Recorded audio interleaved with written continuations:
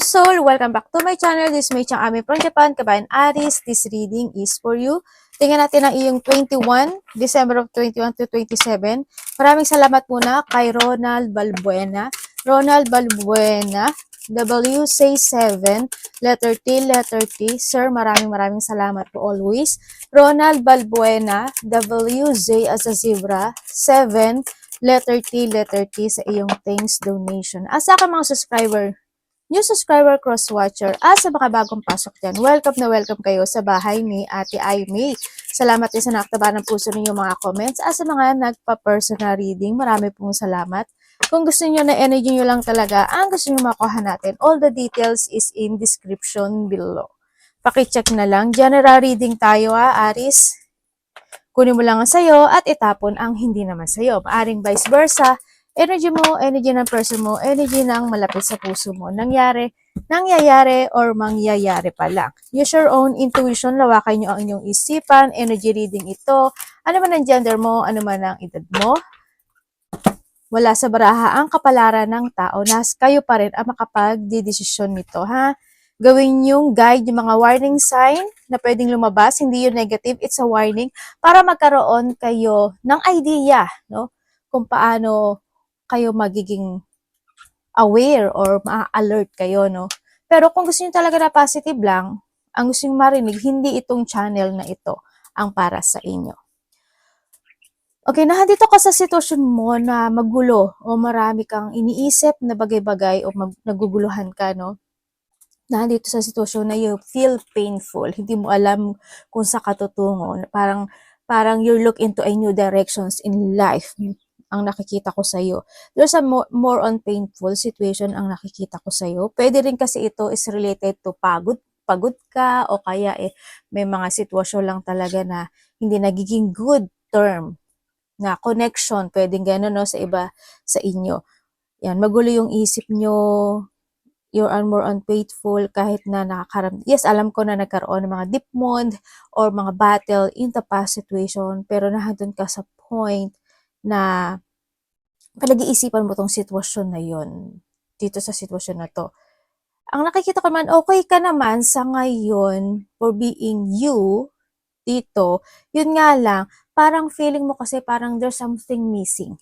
Alam mo yung parang may hinahanap ka o maaari you missing someone or maaring hinahanap mo kung saan ka talaga, kung ano ba talaga, nagkakaroon ng sadness or nagkakaroon ng disappointment sa buhay. You want to be stable. Siyempre, iba sa inyo may mga business, malaki man o maliit yan. May mga sitwasyon din na siguro hanggang ka sa point din ngayon or may mga panahon na time na maaaring may mga iniisip-isip ka na pinag-aaralan, pinag-isipan, sinisiyasat. Yun ang nakikita ko sa'yo dito.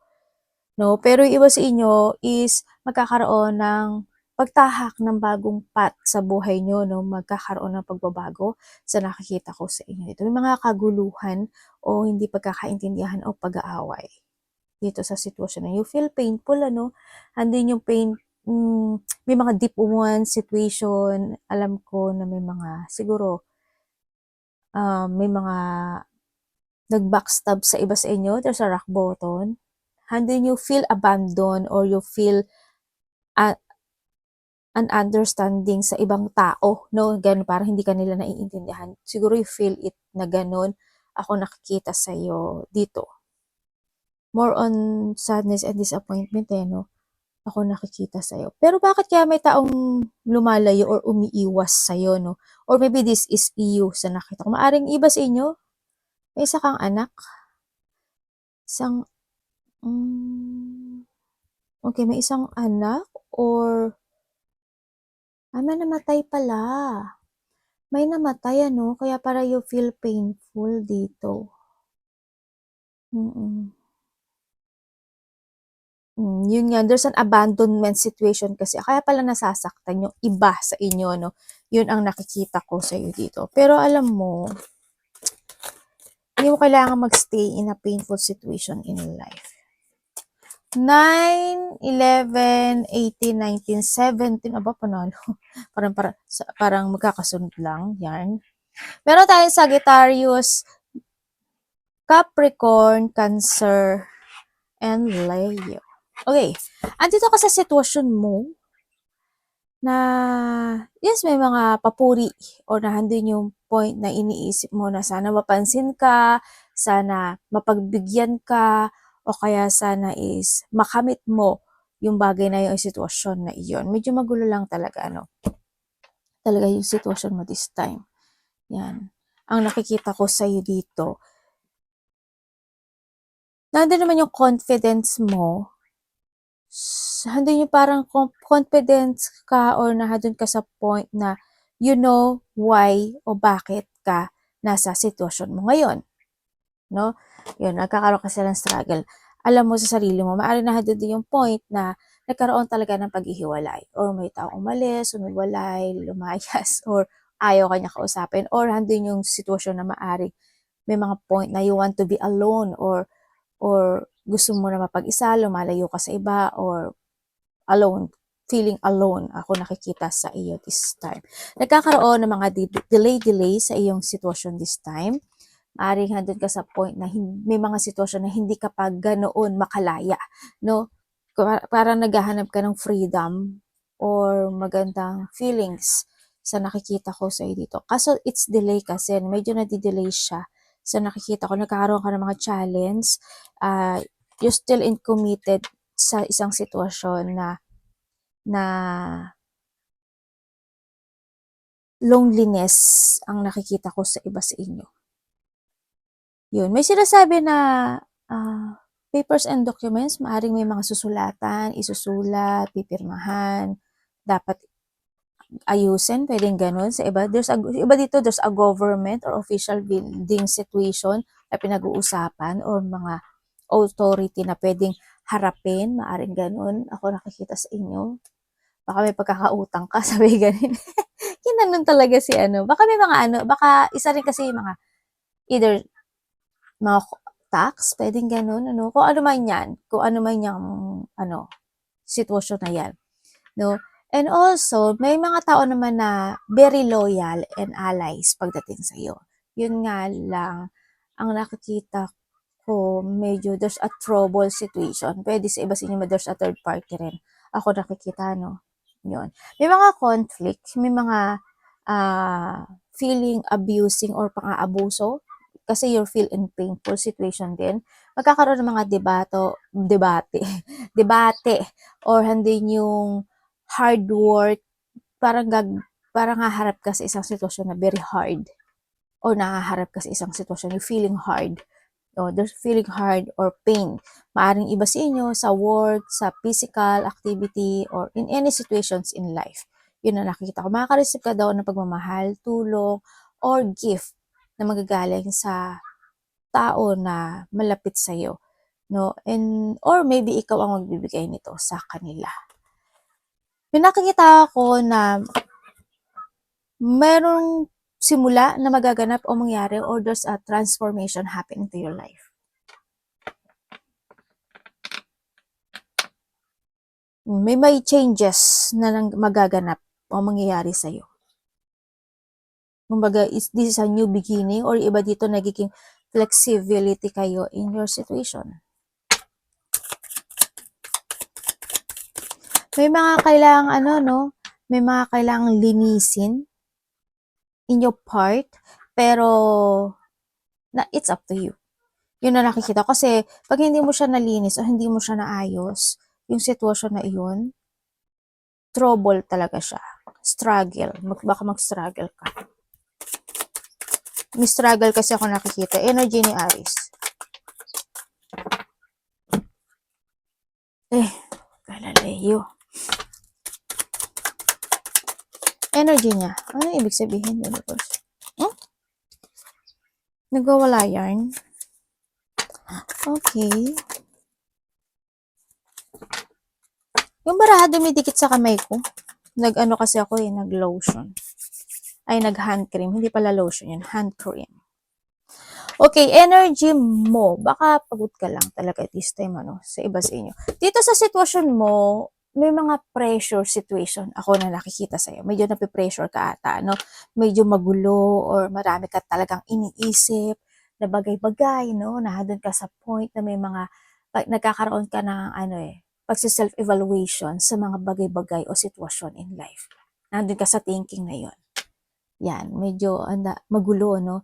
And then also, nandun ka sa point, yung energy mo rin nakikita ko dito. You thinking about freedom or you feel freedom. Pero weak kasi nakikita ko no? Siguro may sakit ka or may mga nararamdaman ka na bigat sa nakikita ko sa iba sa inyo. Energy mo nagkakaroon ka ng there's a limitation situation happening into your life. Siguro, kumbaga sa, ano ba to? Kumbaga sa, di ba yung road na yan, halimbawa yung road, papunta doon, tapos papunta dito. Yung sa'yo, naging one line lang. Yung limitation mo, naging isang road lang. Yan, naging makipot. Ingot talaga. Yun, nagiging makipot ang yung sitwasyon o yung daanan mo this time. O yung feeling mo, no? Parang nandun ka sa point na yun. Pwedeng you are so busy, ganyan. And then, ang energy mo rin sa nakikita ko is may mga sitwasyon na parang pinipilit mong intindihin na lang. Ganyan. Pinipilit mong nagiging very pag-iintindi and very kindness kasi yung nakikita ko sa'yo dito eh. Minsan kasi yung pagiging kind mo is makakaano kasi yun makaka-distract sa ibang tao na iba yung may isip nila na pinapakita mo sa kanila. Diba? Yun, ang nakikita ko sa'yo. Also, handito rin yung may mga tension ako na nakikita o maaring magkakaroon ka ng mga tension this week, ganyan. Maaring may mga hindi maiintindihan, may mga sitwasyon na magkakaroon ng mga battle, yun nakikita ko energy mo. Andun yung mga conflict pwedeng maraming gugulo sa isipan mo, ganyan. Yun na nakikita ko sa'yo dito. Magkakaroon ka ng mga reflection from the past situation sa iba sa inyo. May mga maaalala ka siguro. Anong parating sa kanya?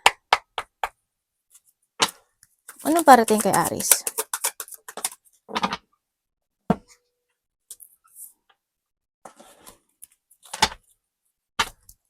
Ano ibig sabihin? Anong ibig po sabihin? Parating?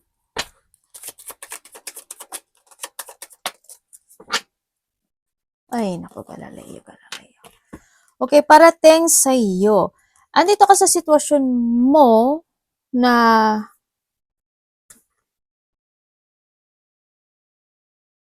merong mga biglaang magaganap in your part.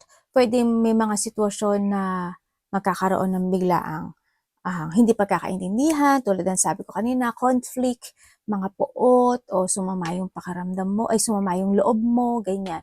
May mga sitwasyon na this is an uncontrolled situation.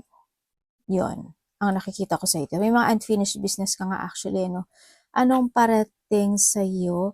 May tao na, pwedeng ikaw ito ha, may tao kasi dito na gusto kanyang kausapin or gusto mo siyang kausapin, no? About something, a situation na parang gusto mong ayusin or something need to fix a situation, ganun. Ibig sabihin, may mga aayusin ka or if-fix this week sa nakikita ko sa'yo. Parang may mga maiisip ka na, ay, ayusin ko na to, kailangan ganito na, ganyan. Pwedeng ganun. O kaya, gusto ko siya kausapin, pwedeng ganun. Or vice versa tayo. Yun ang nakikita ko dito sa iyo. Also, may mga bagay na maiisip ka raw na gusto mong ma-achieve or ma-fulfill. Yun ang nakikita ko sa iyo dito. Iba dito, may mga worrying situation ako na nakikita sa'yo. Pero ang nakikita ko kasi sa'yo, alam mo yung kahit na may mga inaalala ka na sitwasyon, ano lang yun, parang dinidibdib mo na lang yun. Dinidibdib mo na lang yun sa sarili mo. Yun ang nakikita ko sa'yo dito. And then also parating din, magkakaroon, may tao kasi ditong gusto kang kausapin. Siguro may distance na kayo nitong tao nito. Pwede siya na nasa ibang bansa, isang ibang probinsya, baryo, ganyan. Yun ang nakikita ko dito. So parating, hoping talaga na wala kang sakit or mga bigat na nararamdaman. Kasi dito palang iba na yung energy mo dito sa nakikita ko. Pero dito kasi may mga bagay na parang nalalack of direction ka sa nakikita ko dito. Parang nahandin yung may mga bagay na hindi mo makontrol. Yan, nagkakaroon ng struggle. Ganyan, nagkakaroon ng distraction sa'yo. Yan, pilit mo namang iniintindi. Matured ka nga actually. Matured yung isip mo dito sa nakita ko dito. Pero pilit mong iniintindi yung mga bagay-bagay. Alam mo yung nag-struggle ka dun sa sitwasyon na yun. Yun ang nakikita ko sa'yo. Nai-stress, there's an anxiety, stress, depression, may mga, you are focusing on the past situation, pwedeng ganun sa iba, may mga deep unhappiness situation, maaring iba sa inyo, may mga pinagsisisihan or you feeling na parang bakit ganun, ba't ganyan, sukdulan, parang ganun, kawalan ng kakayahan na feeling na parang hirap. Yung iba ganun na, yung iba hirap sa situation. Nagkakaroon kasi ng anxiety and depression. Yun, ang nakikita ko sa'yo dito. Para may pinagsisisihan nga totally yung iba sa inyo. Or maybe, hindi ikaw ito ha, kasi vice versa tayo. Hindi ko naman binanggit yung mo. Siyempre, andito rin yung you're thinking about something, na gusto mo mag-travel, ganyan, malayo man o malapit, pero hindi pwede. Yun ang nakikita ko. Kasi may mga, parang andun yung struggle, kaya maaari din nagkakaroon ka ng poot, ganyan. Or pwede rin you are busy, diba? Ganun. Anong dapat iwasan?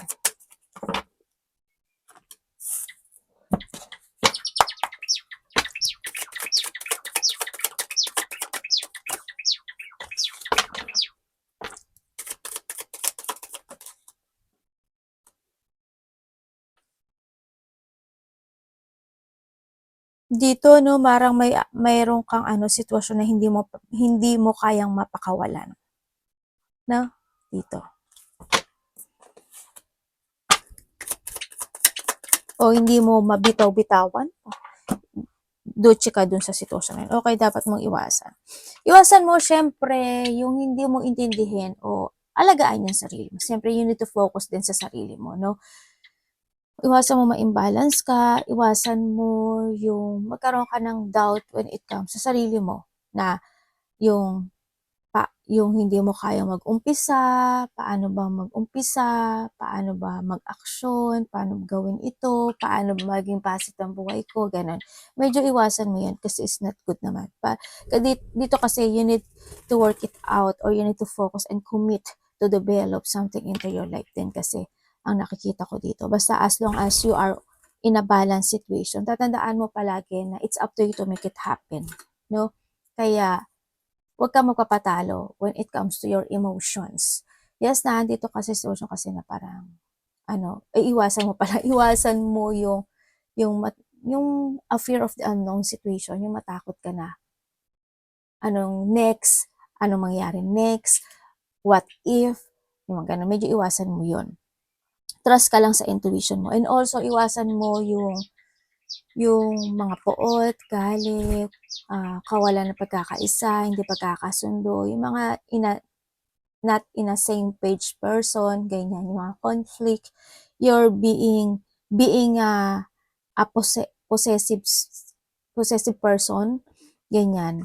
Yung kasi marami, nang explain ng possessive? Ang pagkakaintindi kasi possessive, either, medyo pangit din naman yan, pero may good na pwede mong anuhin yung possessive eh. Halimbawa, na parang, alam mo yung pag nagsiself-pity ka, bakit ganyan, Lord, ganyan, bakit universe, bakit, parang masyado tayo magiging demanding minsan. Bakit puro ako, bakit parang puro hirap ako, yung mga ganun. Yan. Kung ano man, i-research nyo na lang yon. O kaya yung mga taong possessive, no? Umiwas ka na lang doon sa mga tao na yun. Thinking about negativity also, iwasan mo yun, ano? Mapanghinaan ng loob din. Okay, ano ang love? Kapatid, anak, magulang, karelasyon, kaibigan, pamilya, Aries in love. Ay, ganun.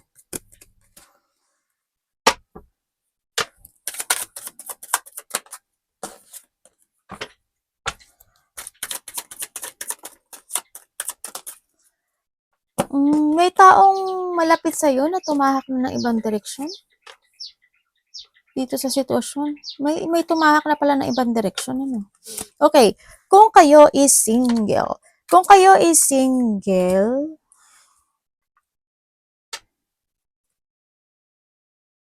may tao akong nakikita dito na nagkokontrol siya ng emotions niya. They keep this emotion, they controlling his emotion, babae man siya o lalaki. Andun sa pagpapahalaga, ako nakikita dito. Ang hindi ko lang alam if you have a boundary or siya yung may boundary, no? Parang nandun sa point na yun. Sa iba naman sa inyo, maaring itong tao itong makikilala mo is very stable talaga siya. Kasi medyo busy at parang think ko, it's look like busy yung energy kasi nitong tao na to na makikilala mo. A boss, maaring kilala mo na rin siya. Pero sa iba dito makikilala mo, maybe a boss or may katungkulan or siya is may mga business pwede kasi malaking tao siya sa nakita ko. Ang hindi ko lang maintindihan is they waiting or nahandun yung nag on and off yung action nito sa nakikita ko dito. Nag-on on and off pero gusto niya kang kausapin dito. Kaya lang may pagkokontrol ng situation. Pero they still watching you or spying you. Pwedeng ina social media. Yun na nakikita ko dito. Yun. Nagkakaroon kasi siya ng doubt eh. Hindi ko alam why. Pero may tao na nagbibigay ng suporta sa kanya o nag-a-advise sa kanya. Medyo magulo yung isip niya, no? Yun ang nakikita ko sa single to ha. Sa mga nagkahiwalay. Sa mga nagkahiwalay naman, isa sa inyo kasi is nag-iba na ng direksyon sa buhay. Kasi alam mo yun, yung isa dito is nawala na yung love totally. Oo, naging tanga yung isa sa inyo. Yan, sobrang naging tanga. Yung isa dito is naghari-harian, naging matigas ang puso, talagang naging malupit pagdating sa relasyon. Kasi maaring nagkaroon ng pagsasabay, no? There's a third party. Kasi alam mo, ang nakikita ko kasi sa isa sa inyo, feeling free. Alam mo yun? Feeling free, young, and parang gusto niya kasi gusto niya i-try yung mga bago. Alam mo yun?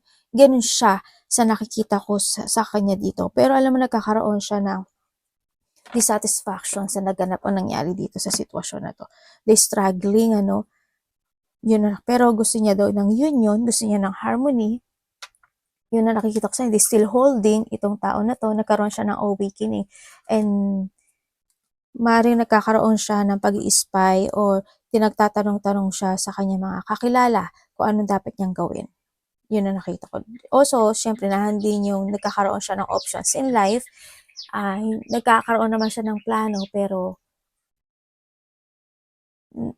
hindi ko alam kung naghihintay ba siya, hinihintay niya ba na ikaw mag-move or nandun siya sa sitwasyon na may mga bagay pa siya na kailangan niyang i-prepare or need pa niyang mag-discover pa more about something information pagdating sa'yo. Yun na nakikita ko dito sa tao na to. Pero gusto niya ng communication sa'yo or union. Pero ang hindi ko lang maintindihan dito sa lalaki na to or sa tao, lalaki man siya o babae, may pagka-narcissist kasi siya. Ito yung tao na pangling lang at hindi makatotohanan. Yun na nakikita ko sa kanya. Hoping, 'di ba? Pero it's up to you. It's up to you kung i-accept mo. Saka Kung nagkahiwalay naman kayo, alam mo na kung ano siya. Sabay ganun, di ba? Yun, nasa sa'yo na yun. Vice versa naman tayo. Okay, kung kayo naman is in relationship.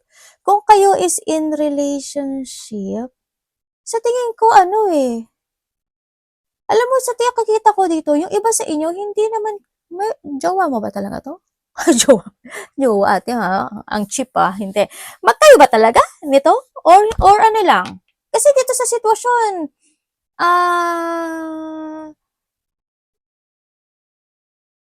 may connection kayo, pero isa kasi sa inyo hindi totoo dito.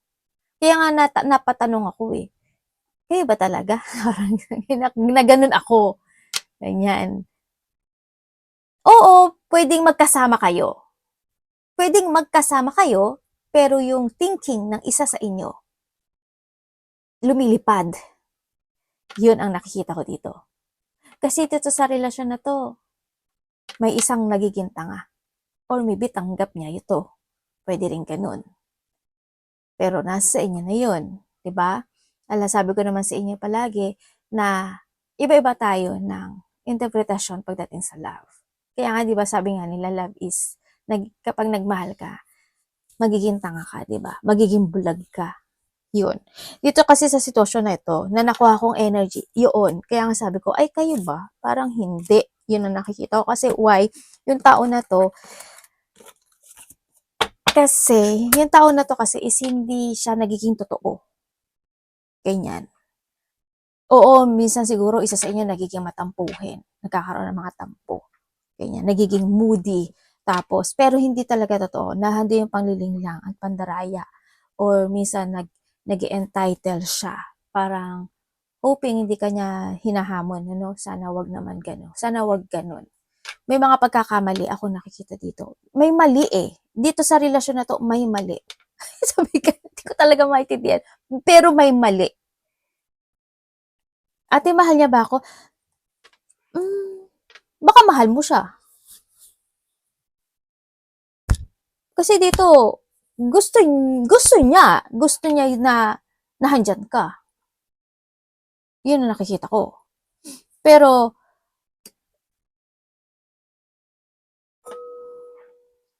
when it comes to love, as in love, yung being an ideal person of love, hindi ko nakikita eh.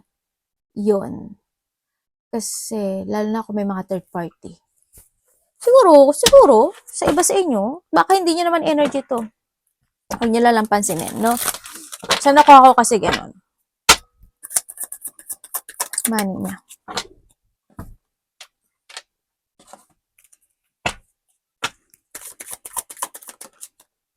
Mukhang okay naman kayo. Pero sana, mas mahalin mo pa rin yung sarili mo. Para at the end, hindi mahirap, di ba?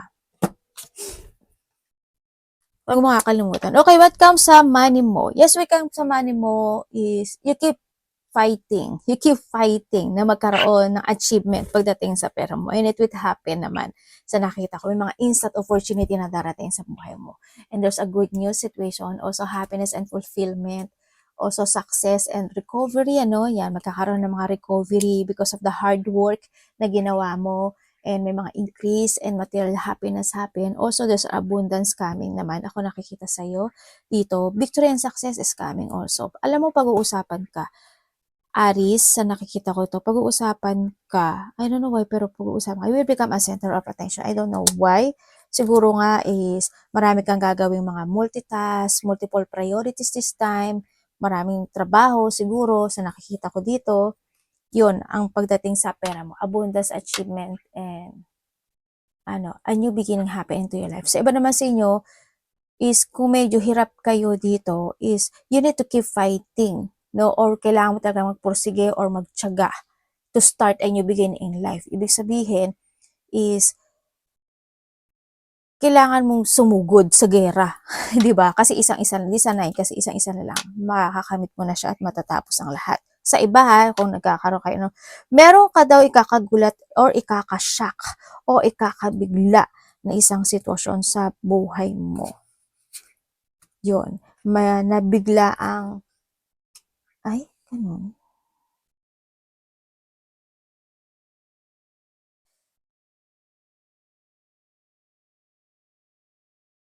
May nag-travel? Umalis? Tapos na to universe? May namatay. May namatay talaga. Basta ako ano man yung ikakagulat, ikakakabigla o pero ang daming tao eh. Hindi ko alam why, pero ang daming tao. Yun ang nakikita ko dito. Ano pang advice nyo? Sabagay palagi ko na, di ba nabasa ko na yung dati pa, ay yung mga nakaraang linggo, na parang may wawalas. Malay mo, yung aso mo, yung pusa mo, yung ibon mo, o someone who value you, di ba? Yun. Advice. Basta kung ano man yung kakagulat or kabibigla o ikakashock mo, sana good. Kasi iba-iba kayo ng pwede na magkaroon ng mga cancellation, pwedeng ganun. Halimbawa, gusto mo mag-travel, tapos maka-cancel, maiiba ng pero may nakita akong travel eh. Meron talaga. Okay, before ang advice. Dito sa sitwasyon mo, sa nakita ko sa'yo dito, yes, you're feeling emotions this time. Sa nakita ko dito, medyo may mga ini-illusion ka, nagdi-dream ka talaga, pinipilit mo maging matatag o maging malakas this time sa nakikita ko sa'yo. Pero alam mo yun, nandun ka sa point na hindi ka nagiging totoo na rin sa sarili mo. Nandun sa point na parang may mga hindi naging maganda yung bunga na isang sitwasyon into your life. You feeling unfairness, parang feeling mo unfair, ganyan. Or may mga taong unfair, may nakikita rin ako na may mga gusto kang aksyonan, desisyonan, you want a clarity, or may mga gusto kang itama pero hindi mo magawang maitama, hindi mo gawang ma-aksyonan, or naghahanap ka ng clarity, hindi mo makita yon. You want justice pero it's injustice, kumbaga. Andun din yung sitwasyon sa iba sa inyo is parang may tao ako nakikita na gusto niya maghigante. Yun na nakikita ko dito. There is someone here also na dishonest talaga, and then may corruption ako nakikita. Maraming klase ang ibig sabihin ng corruption. I-research nyo na lang Yan, there's a corruption. Pwede rin, halimbawa sa trabaho mo, di ba? May mga tao na sa paligid mo na dinadaya ka, nililinglang ka, kinokorap ka, 'di ba? Parang ikaw na lang gawa ng gawa, tapos sila nakatayo lang, yung mga gano'n. Pwede rin siya doon sa o kaya naman if this is related to something law, 'di ba? Parang hindi mamakamit-kamit yung bagay na yun, o kaya sa iba sa inyo may mga gusto kayong desisyonan pero aksyonan or desisyonan, or you want na itama yung bagay pero hindi mo kayang maitama, yung mga ganon. Ako nakikita sa'yo, yan. It's more on this balance, ako nakikita sa'yo. Lungkot naman ang buhay nito. Yes, okay na, dito na tayo. Dito na tayo sa advice. When it comes to advice, badaan mo, magpakatatag ka lang. Pagkatatag ka, you need to focus din kasi sa nakikita ko dito, release your fear, release your emotions, finish the unfinished, start a new beginning in life. Mag-start kang muli in a beautiful together when it comes to your loved ones, when it comes to your self, when it comes sa mga taong nagmamahal sa'yo, ganyan. Yan ibig sabihin, i-release mo yung mga dapat i-release, magpakatatag ka, and this is time na kailangan mo magkaroon ng balanse, make a clarity and make a decisions right and be fair, ganyan. Kung hindi sa'yo fair ang ibang tao, well, sa'yo, you need to be fair. Ayun nakikita ko sa'yo. At least, if you are fair, the blessing is coming. Ibig sabihin. And always have a purpose. This is a time to step up when it comes into your energy. So nakita ko sa'yo dito. Have a clear mind and you need to be strong. And you need to promise to yourself na gagawin ko at mag-a-action ako at gagawin ko yung mga tama na. Yung mga mali, itatama ko na. If you want lang naman, pero yung advice lang na nandito, sinabi ko lang ha. Arigato namaste, God bless.